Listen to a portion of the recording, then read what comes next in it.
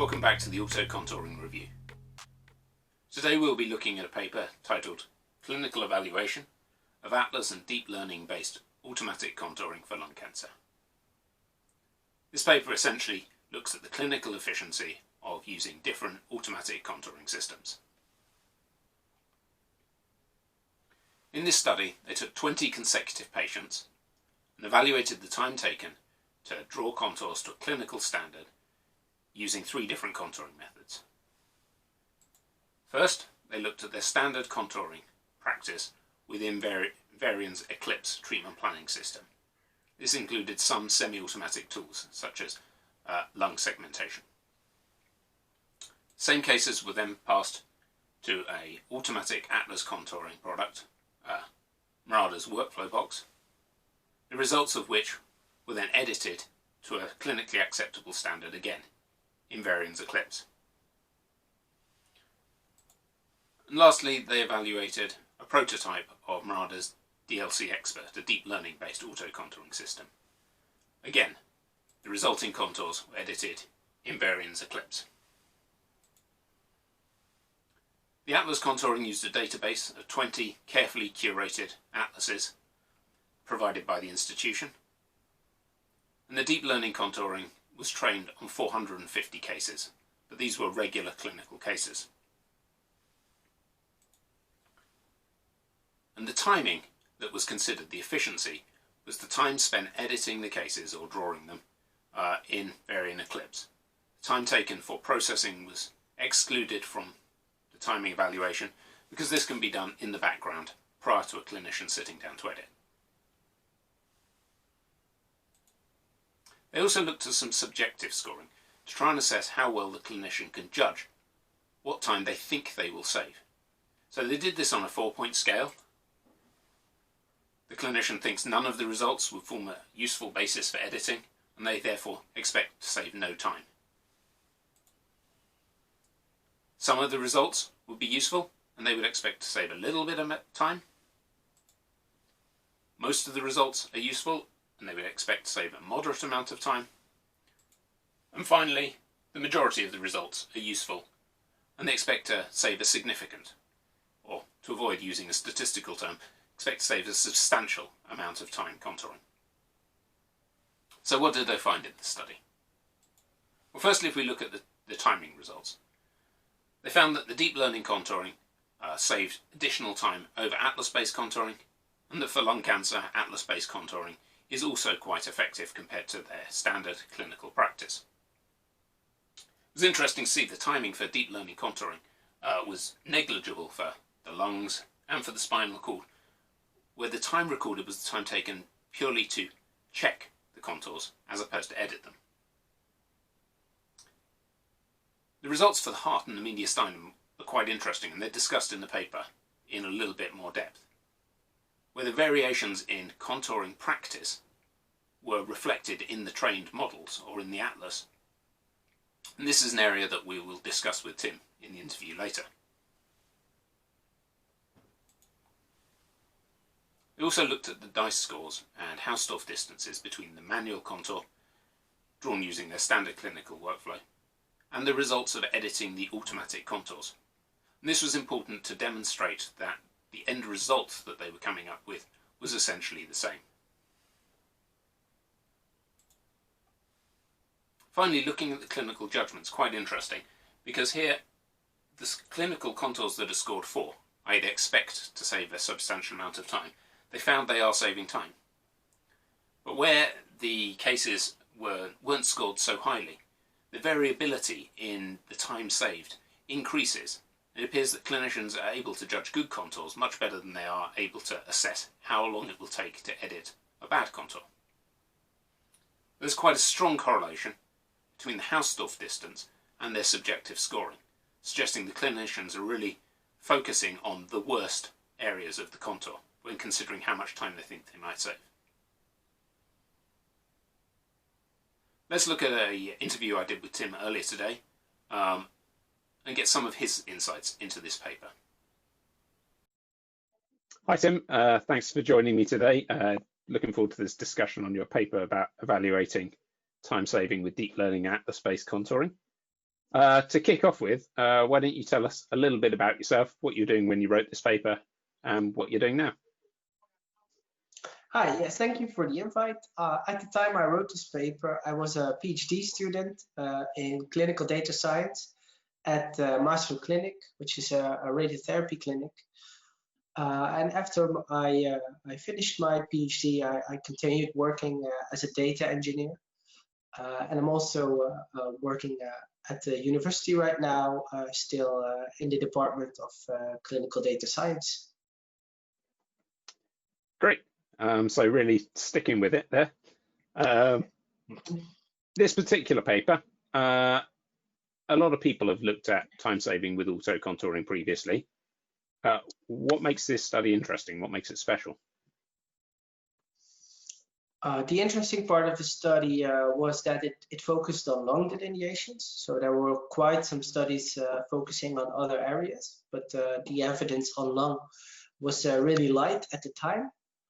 And the study also focuses on clinical applicability of the contouring methods instead of just how the method is done. And I think that is also very interesting. Well, what makes it very interesting? Yeah, so a lot of studies look very, very technically on that. Yeah, what is the performance like? But your focus in this study really comes out as, is it going to be useful in the clinic? What do clinicians think about it?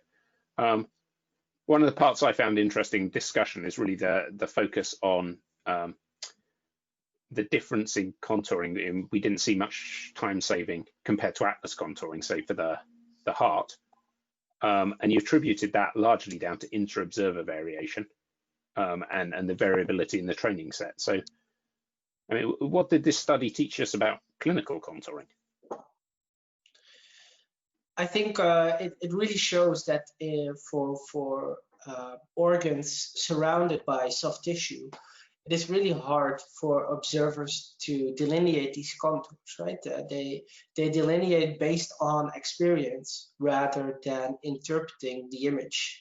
When you have a heart surrounded by all these tissue around the heart, it's not always clear to see where the line is. And while it's a good estimate based on valuable experience, it's still an estimate. It's not like the lung contour, where you can see this is air and then there is bone or muscle tissue around it. Like that a line is really sharp and you can just draw it.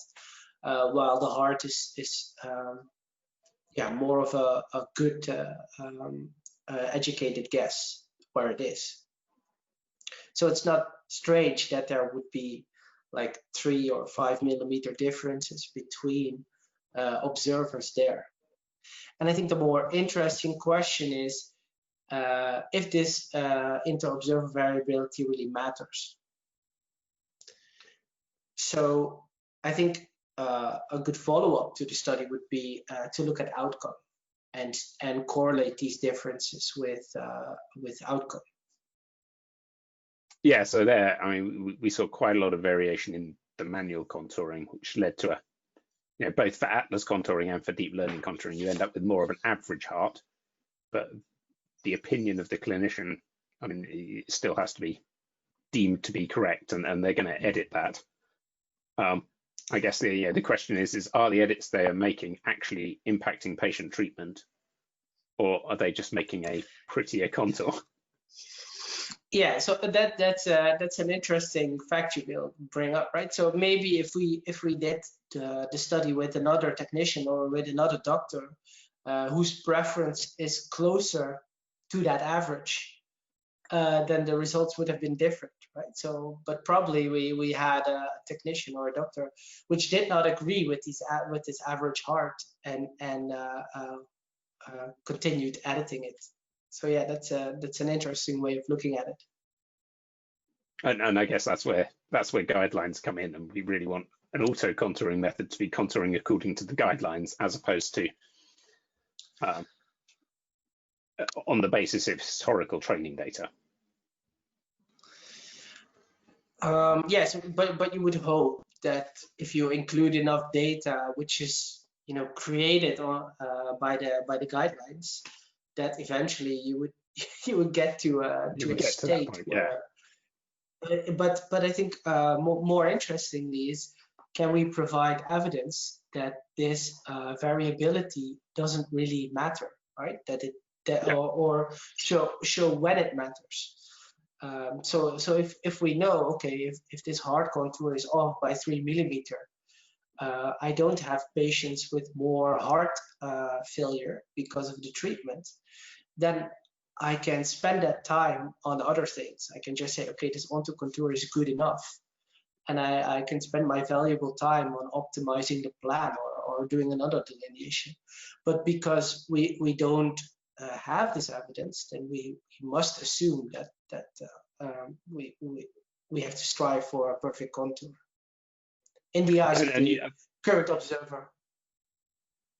You've sort of started to touch on that, where you've looked at the subjective scoring and how well a clinician can judge how much time they're going to save in figure 5C, but also how they seem to judge it in terms of error. So I mean, I thought figure 5B was particularly interesting. They seem to be judging contours on the basis of the Hausdorff distance, and they believe they're going to need more editing if there's a more obvious error. Do you think they're capable of making that assessment? Yes, I think they are, and I think the more interesting part of this figure is that we didn't split it out based on the actual contour, like we did before. So if I think about it now, this might also just be comparing the different cases, because for a long contour, when I'm 1 millimeter off, I can see it really well. I can judge really well, like this is a good or a bad contour. While for instance, again, for the heart, it would be harder to estimate that, and that's why you see that you might accept or see larger variations. I think studies like this, to some extent, are fraught with risk in their implementation. There are things you can do wrong which really bias the results. What do you think people should really consider when they try and implement a time-saving study like this? So again, we try to eliminate inter-observer variability by doing this study with one technician and one doctor. This was, I think, a practical decision, because the study already took quite a significant amount of time with only a very small sample size, only 20 patients. So coming up with smarter methods, including maybe more technicians and creating a bigger sample size, might give interesting insights on this effect. So that's definitely something I would take into account when designing a study like this.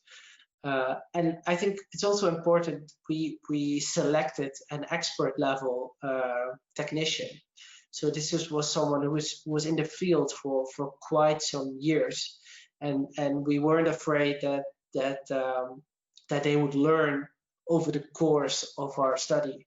Right. So if you have a junior technician and they just become better at their job during your study, that will also bias the results. Yeah, or I guess also a more junior person might be more influenced by the auto contour they're given rather than doing the correct contour. Although, I mean, you evaluate whether the contour matches up with the clinical contour, the manual contour in this paper as well.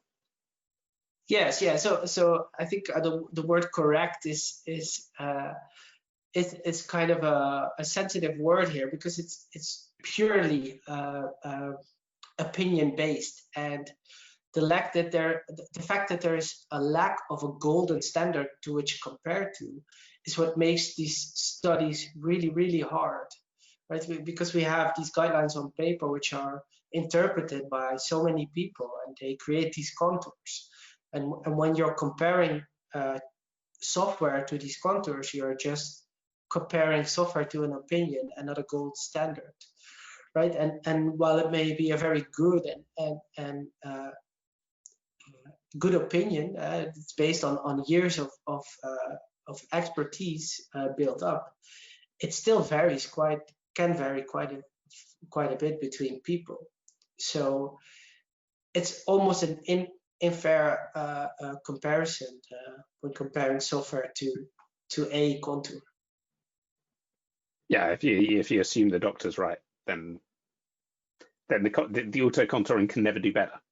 Whereas if you try and take into account that inter-observer variability and say there is a range in which the auto contouring should lie, then at least you can reach perfect. So with the deep learning contouring, what you could do is learn a model for each doctor and just make auto contours that they are happy with. And you could save time, at least on a personal level, right?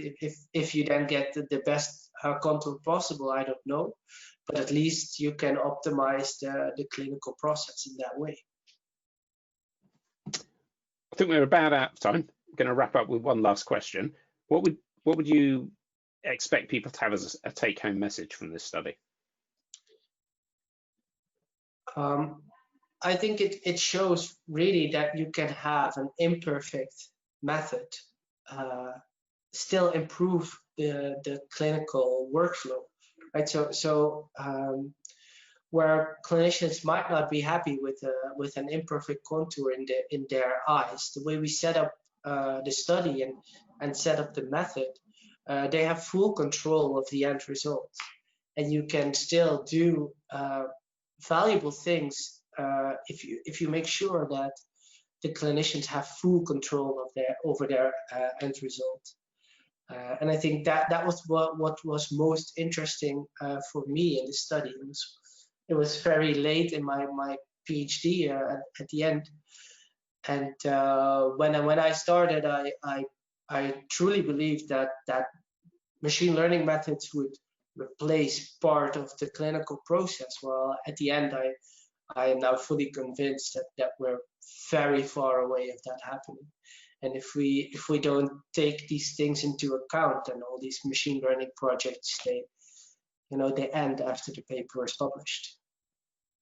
So really, it's the AI becomes the assistant as opposed to replacing the person. Yes, I think that would be what we should strive for, at least in healthcare. Great. Well, thanks for discussing it with me today. Best of luck with your ongoing research at Maastricht University. And hopefully I'll be able to come and visit you out there shortly again soon. Yes, thank you very much. I would like that. Following that discussion with Tim, we actually talked for another 15 or 20 minutes. Once I get into these discussions, I'm really interested by the insights the authors have, particularly reflecting on papers from a few years ago and what they've learned since. And for Tim and I, that discussion largely focused around efficiency as a partnership. As he highlighted in the interview segment in this video, inter-observer variability is going to play a really big role in the efficiency of auto-contouring. We can try and continuously improve auto-contouring to make it better and better. But because we're being judged on the basis of somebody's opinion rather than a solid ground truth, the efficiency is perhaps limited by how much somebody wants to edit a contour. And then there becomes a real need for partnership between the technology provider and the end user to understand perhaps what edits make a difference to a patient versus what edits make the contour, in their opinion, better, but they won't impact the patient outcome. So as Tim highlighted, I think that's an area for future research where we really need to start focusing on patient outcome with auto-contouring and build that partnership between the technology and the end user to maximize clinical efficiency, but at the same time really deliver patient benefit. I hope you've enjoyed today's video. As ever, please do leave comments and I will endeavour to either reply as appropriate or incorporate changes into future videos. Thanks.